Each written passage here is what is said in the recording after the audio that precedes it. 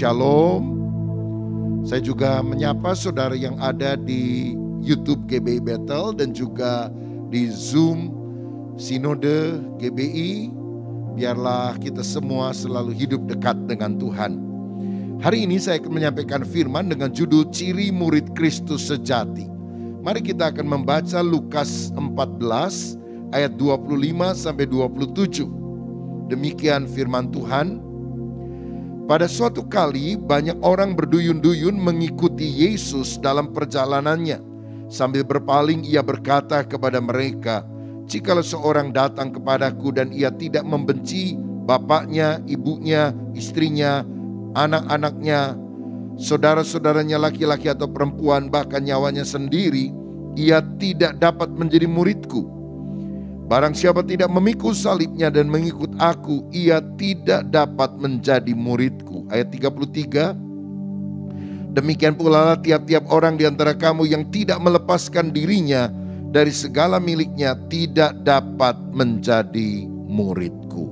Amin. Ketika Yesus ada di atas muka bumi, ada banyak orang berduyun-duyun mengikuti Yesus. Mereka adalah fans, penggemar daripada Yesus. Karena Yesus bisa membuat mujizat, menyembuhkan orang sakit. Dia juga bisa mengenyangkan ribuan orang hanya dengan 5 roti dan 2 ekor ikan. Tetapi ternyata Yesus tidak mencari penggemar yang banyak. Dia mencari murid yang sejati. Berarti Yesus lebih menekankan kualitas, mutu rohani daripada sekedar kuantitas, jumlah atau banyaknya orang. Ingatkah saudara ketika pasukan Gideon akan melawan musuh, puluhan ribu orang yang mengikut Gideon, tapi Tuhan bilang disaring. Dan ternyata ketika Gideon bilang siapa yang takut suruh pulang, 22.000 yang pulang saudara. Lalu Tuhan bilang saring lagi. Setelah sisa 10.000 disaring jadi 300. Tapi hanya dengan 300 orang, maka Gideon bisa mengalahkan musuh yang begitu banyak. Karena apa? Ternyata kualitas itu lebih penting daripada sekedar kuantitas. Nah, Tuhan Yesus ingin kita bukan hanya menjadi orang yang sekedar percaya, tetapi menjadi muridnya. Bahkan ini adalah perintah amanat agung. Jadikanlah semua bangsa muridku. Apa itu murid? Murid adalah orang yang belajar menjadi seperti gurunya. Dari tidak tahu menjadi tahu kebenaran. Dari tidak bisa melayani menjadi bisa melayani. Dari tidak mirip karakternya menjadi lebih mirip karakternya seperti gurunya. Lukas 6 ayat 40 berkata seorang murid tidak lebih daripada gurunya. Tetapi barang siapa yang telah tamat pelajarannya akan sama dengan gurunya. Guru kita adalah Tuhan Yesus Kristus. Maka kita tentu harus belajar menjadi serupa seperti Dia. Bukan hanya tahu kebenaran tapi melakukan kebenaran. Nah, saya melihat di sini ada 3 ciri dari murid Kristus sejati dari perikop yang kita telah baca. Ada 3M. Yang pertama, murid sejati itu mengutamakan Kristus. Ayat 26 tadi berkata, "Jika seorang datang kepadaku dan ia tidak membenci bapaknya, ibunya, istrinya, anak-anaknya, saudara-saudaranya laki-laki atau perempuan, bahkan nyawanya sendiri, ia tidak dapat menjadi muridku." Apa arti ayat ini? Itu artinya mengasihi Tuhan, mengutamakan Yesus harus lebih dari apapun dan siapapun. Sehingga ketika dibandingkan cinta kita kepada Yesus dengan cinta kita kepada keluarga, seakan-akan kita membenci dalam tanda kutip. Bukan berarti dalam keluarga kita ribut terus satu dengan yang lain. Karena Yesus mengajar dalam hukum yang terutama mengasihi Tuhan, mengasihi sesama. Yesus juga sangat mengasihi keluarganya dan bertanggung jawab bekerja untuk membiayai, menafkahi seluruh keluarganya. Tapi kata membenci di sini adalah kalau dibandingkan kasih kita kepada Kristus, maka tidak boleh kecintaan kita kepada keluarga lebih tinggi daripada Dia. Saudara-saudara, contoh Alkitab adalah Abraham. Abraham mengasihi Tuhan. Tapi kemudian Tuhan menguji Abraham persembahkan anakmu Ishak sebagai korban bakaran. Nah itu kan seakan-akan Abraham membenci anaknya dengan mengorbankan anaknya. Tapi Tuhan sebetulnya hanya mentes hatinya. Nah, ketika Abraham mau melakukannya, Tuhan bilang, cukup Abraham, aku tahu hatimu lebih mengasihi aku. Itulah yang Tuhan rindukan di dalam kehidupan kita. Ada sepasang suami istri sudah lama menikah, gak punya anak, rajin ke gereja, berdoa minta anak. Tapi kemudian setelah mereka doa, mulai hamil, saudara sekalian. Dan sejak itu jarang ke gereja, dibesuk oleh pendeta. Iya Pak, maaf lagi hamil, susah ke gereja. Ya suka muntah dan sebagainya, pusing kepala. Ya udah, nanti kalau anaknya sudah lahir kamu ke gereja ya. Anak udah lahir, belum juga ke gereja. Beberapa bulan kemudian dibesuk lagi sama pendeta. Aduh Pak, anak masih kecil, masih menyusui. Nggak enak nanti kalau ke gereja anaknya nangis terus. Ya udah ya, berapa bulan lagi kalau anak udah lebih besar. Berapa bulan lagi masih belum ke gereja. Ayo ke gereja lagi, kata pendeta. Aduh, anak lagi nakal-nakalnya. Nanti kebaktian lari sana sini. Ya udah, tunggu beberapa bulan lagi ya, datang lagi pendeta. Ayo datang ke gereja, anak kan udah lebih besar, udah bisa lebih diatur, kok belum ke gereja. Iya, anak pertama udah bisa lebih besar, tapi saya nggak bisa ke gereja. Loh kenapa? Hamil lagi Pak Pendeta. Lah ini apa, nggak kurang ajar nih saudara sekalian. Ya dulu minta berkat sama Tuhan, sekarang udah diberkati malah lari tinggalkan Tuhan. Ada bahkan banyak orang yang sesudah diberkati punya mobil, saudara punya kendaraan, minggu itu nggak ada dalam ibadah. Kenapa? Alasannya, oh saya harus punya waktu untuk keluarga, jangan hanya bekerja. Oh tentu sangat baik, saudara bepergian dengan keluarga, fellowship, tapi jangan lupa utamakan Tuhan. Kan bisa ibadah pagi lalu kemudian pergi bersama dengan keluarga. Saya percaya bahwa kita harus mengutamakan Tuhan lebih dari segalanya. Itulah ciri murid Kristus sejati. Prioritas utama adalah Kristus. Ketika kita menomorsatukan Kristus, mengasihi Kristus, saya yakin cinta kepada keluarga dan sesama akan lebih tebal. Tapi orang yang tidak sungguh-sungguh mengasihi Kristus, dia juga tidak akan sungguh-sungguh mengasihi keluarga termasuk keluarganya. Mengasihi keluarga termasuk lingkungan yang terdekatnya. Ada ungkapan berkata, receiving Christ costs nothing, following Christ costs something, but serving Christ costs everything. Untuk menerima Yesus kita nggak perlu bayar apa-apa. Tapi kalau kita ikut Yesus, ada harga yang kita harus bayar. Namun ketika kita melayani Kristus, kita harus mempersembahkan segala-galanya untuk Dia. Kita bahkan tidak boleh meninggalkan iman walaupun demi keluarga. Saya ingat saudara ketika komunis menguasai Rumania di Eropa Timur, ada seorang pendeta yang ditangkap dan dipaksa disiksa untuk menyangkal Yesus. Dia tetap tidak mau. Tapi ketika dia lihat anaknya yang juga ditangkap disiksa, dia bilang, kalau kamu ayah tidak menyangkal Yesus, anakmu akan disiksa. Hatinya mulai goyah saudara. Dia teriak, jangan siksa anakku, siksa aku saja. Tapi prajurit udah tahu kelemahan bapaknya, karena bapaknya tentu lebih sayang kepada anaknya. Nah saudara, sudah hampir dia menyangkal. Tiba-tiba anaknya yang masih kecil teriak begini, Papa, saya tidak mau punya ayah pengkhianat seperti Yudas Iskariot. Papa harus tetap setia kepada Tuhan.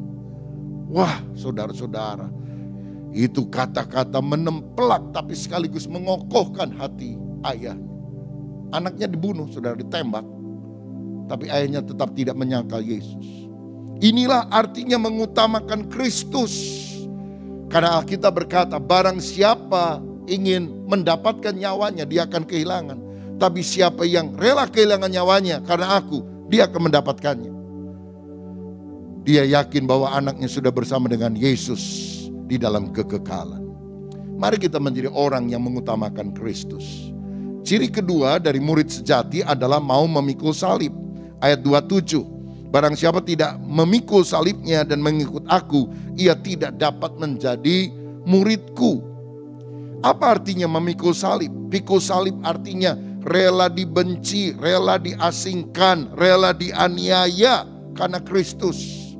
Karena salib adalah lambang penghinaan, bahkan lambang daripada kematian. Itu sebabnya Petrus pernah berkata dalam 1 Petrus 4 ayat 14-16. Berbahagialah kamu jika kamu dinista karena nama Kristus. Sebab roh kemuliaan yaitu roh Allah ada padamu. Janganlah ada di antara kamu yang harus menderita sebagai pembunuh atau pencuri atau penjahat atau pengacau. Tapi jika ia menderita sebagai orang Kristen, maka janganlah ia malu, melainkan hendaklah ia memuliakan Allah dalam nama Kristus itu. Jangan sampai kita kemudian nipu orang, merugikan orang, utang gak mau bayar, lalu kemudian orang memaki kita dan kita bilang ini salib yang harus kita tanggung. Bukan, itu salah kita sendiri. Tapi kalau kita hidup jujur, hidup benar, hidup lurus, kita naik karirnya gak naik-naik, kamu itu sebetulnya bisa naik jabatan. Kesalahan kamu cuma satu, kamu Kristen.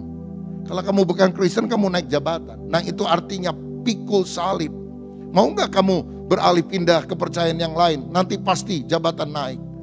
Kita harus berkata, aku tetap pilih Yesus lebih daripada apapun.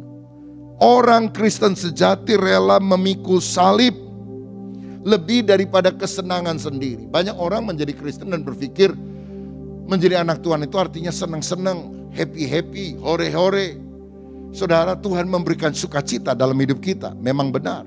Tetapi kekristenan berarti rela menyangkal diri, bahkan memikul salib. Dalam Lukas 9 ayat 23, Yesus berkata, setiap orang yang mau mengikut aku, ia harus menyangkal dirinya, memikul salibnya setiap hari dan mengikut aku. Apa itu menyangkal diri? Menyangkal diri berarti berkata no, tidak kepada keinginan diri. Bukan kehendakku yang jadi, tapi kehendakmu yang jadi. Itu artinya menyangkal diri. Teladan utama kita adalah Yesus ketika dia doa di Taman Getsemani. Kalau boleh cawan ini lalu, tapi bukan yang aku kehendaki, tapi yang engkau kehendaki. Seandainya Adam dan Hawa bisa berkata tidak, manusia tidak akan jatuh dalam dosa. Kenapa Adam dan Hawa jatuh dalam dosa? Karena dia tidak menyangkal diri dan tidak berkata tidak. Yusuf menang karena dia bisa berkata tidak kepada godaan dari istri Potifar. Sadra, Mesa, Abednego imannya terpelihara karena dia bisa berkata tidak ketika dia harus menyembah patung yang didirikan oleh Nebukadnezar. Walaupun mereka harus dilemparkan ke dalam dapur api, tapi Tuhan menyertai. Saudara, ada banyak keinginan diri yang tidak berkenan kepada Tuhan. Mari kita sangkal diri, rela memikul salib. Bukan karena kesalahan kita, tapi karena Kristus. Dan yang terakhir, yang ketiga, ciri dari orang atau murid Yesus sejati adalah milik pribadi, tidak menguasai. Ayat 33 tadi berkata demikian pula lah tiap-tiap orang di antara kamu yang tidak melepaskan dirinya dari segala miliknya tidak dapat menjadi muridku.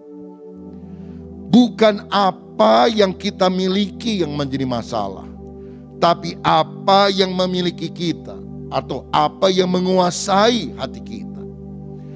Uang adalah budak yang baik, tetapi dia adalah tuan yang jahat. Kalau kita menguasai uang gak apa-apa. Tapi kalau kita dikuasai oleh uang, itu yang jadi masalah. Karena kita adalah pengelola. Kita bukan pemilik. Pemiliknya adalah Tuhan sendiri. Hak yang Tuhan berikan adalah hak pakai, bukan hak milik. Karena itu ketika ada kepercayaan Tuhan berupa benda, kepemilikan, biar kita menjadi penyalur berkat bagi orang lain. Saudara-saudara, ada orang muda kaya yang akhirnya tidak mau mengiring Yesus karena Yesus berkata, jual seluruh hartamu. Orang muda ini hatinya melekat kepada hartanya, bukan melekat kepada Tuhan. Kalau dia nggak bisa percaya kepada Tuhan dalam hal keuangan, bagaimana dia bisa percaya kepada Yesus dalam kehidupan yang kekal, yang akan datang. Karena itu jadilah orang Kristen yang ketika dipercayakan sesuatu, mensupport pekerjaan Tuhan dengan harta kita, dengan pikiran kita, dengan tenaga kita, dengan seluruh kehidupan kita. Karena seorang murid sejati, milik pribadi tidak menguasai. Apa gunanya orang jadi konglomerat kaya raya, tapi dia tidak membangun kerajaan Allah. Dia hanya membangun kerajaannya sendiri. Berbahagialah orang yang mungkin dia hidup berkecukupan, dia hidup sedang, tapi dia adalah orang yang berani mensupport pekerjaan Tuhan, pelebaran kerajaan Allah untuk misi dan sebagainya. Orang semacam itulah yang menabung harta di sorga dan berkenan kepada Tuhan.